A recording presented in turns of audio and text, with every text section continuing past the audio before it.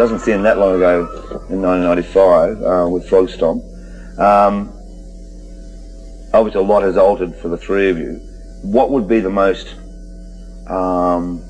definitive thing that has altered the three of you over the last 3.5, 4 years? I think it kind of just comes down to individuality now. I think when we first started out we were three really similar people, and now we've kind of merged out and really found what our own interests are. Family-wise, I mean, you've got some great, I mean, I love your families, you know, they're very funny at times. But they've been amazing for you, haven't they? Yeah, we've been lucky to have very supportive families. I don't think many. But very solid as well. Yeah, I think we really appreciate the fact that at 14 years old, when we were still kind of growing, our parents kind of let us go into an industry that they knew was fraught with problems. Yeah, that was a bit troublesome, but they knew that that's what our passion was, and we were really into it. And they, you know, it's not like they let us do it because we would have done it anyway, because that was what we were doing. But they were always very supportive and very helpful, so we were lucky in that sense. Yeah.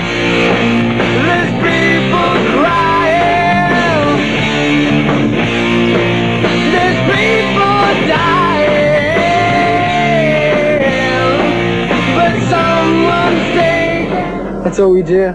Play music, surf, and go to the pool hall.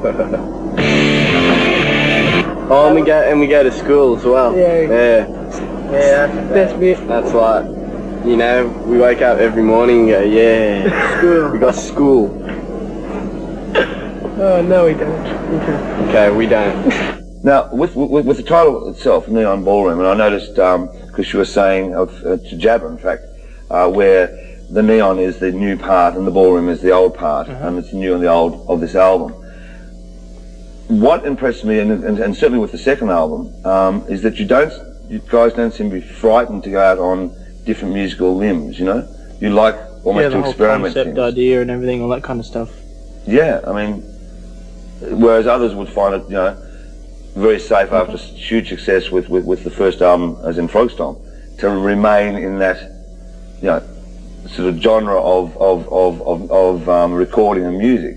You don't seem to be frightened of that. I mean, I don't think it's so much a case of not being frightened of it. I think we've got very short attention spans, especially me, and I get very bored very easily. And after the first album, I was already well on my way, you know, to getting sick of traditional rock music. On the second album, we kind of branched out a lot more, and with this album, although I still really enjoy traditional hard rock music, I wanted to get away from that and kind of create something a bit different.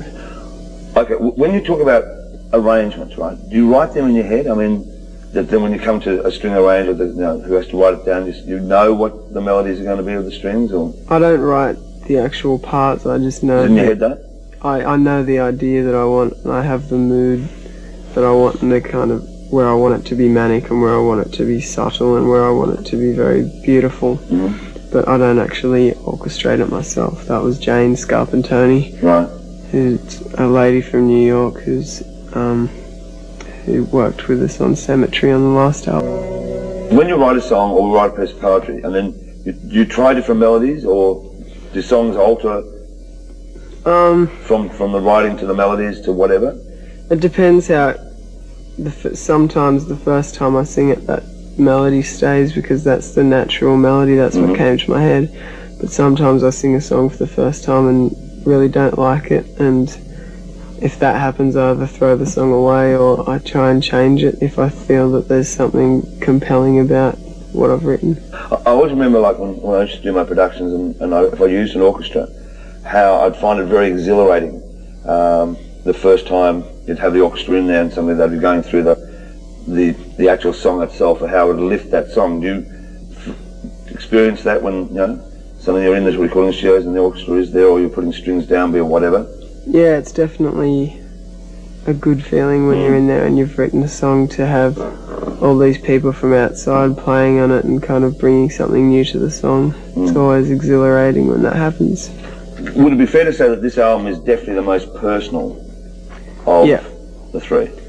Definitely, it's with the last two albums, it was very much kind of teenage aggression and just feeling isolated and alienated from people, and just basically dealing with being in the position that I was in. With this album, it deals a lot more about psychological issues and things like that. I mean, I get the feeling that with the three of you, that you were very definite of how this album was going to sound. I mean, you knew before, basically, I guess, I know it was reported that this is how we want it, you know what I mean? Would that be fair to say?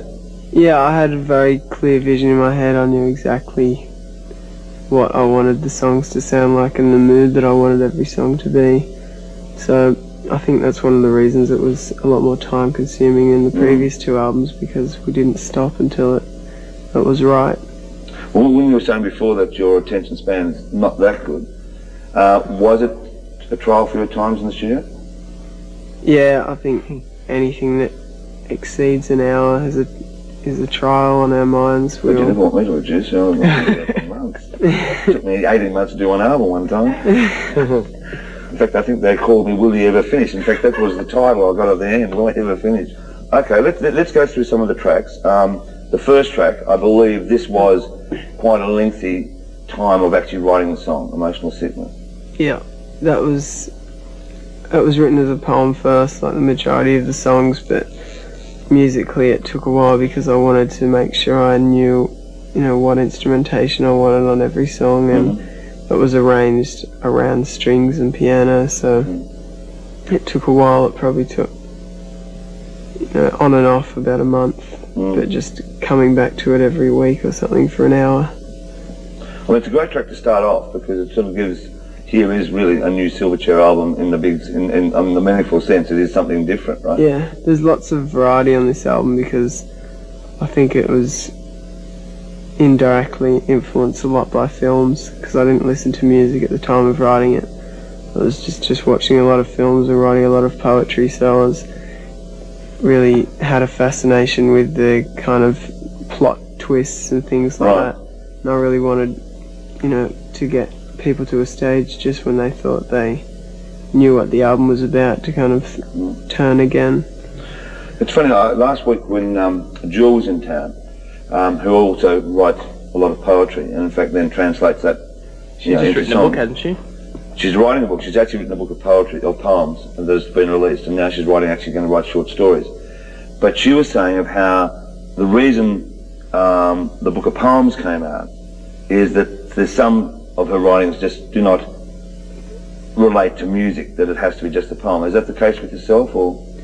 Yeah, I've got a lot of poetry which really doesn't fit with any songs, but I wouldn't release them in a book, because the things that I don't release as a piece of music as well are the things that are kind of a bit too personal or a bit too in-depth, and I only really, the things that I talk about in music are the things that I'm comfortable expressing.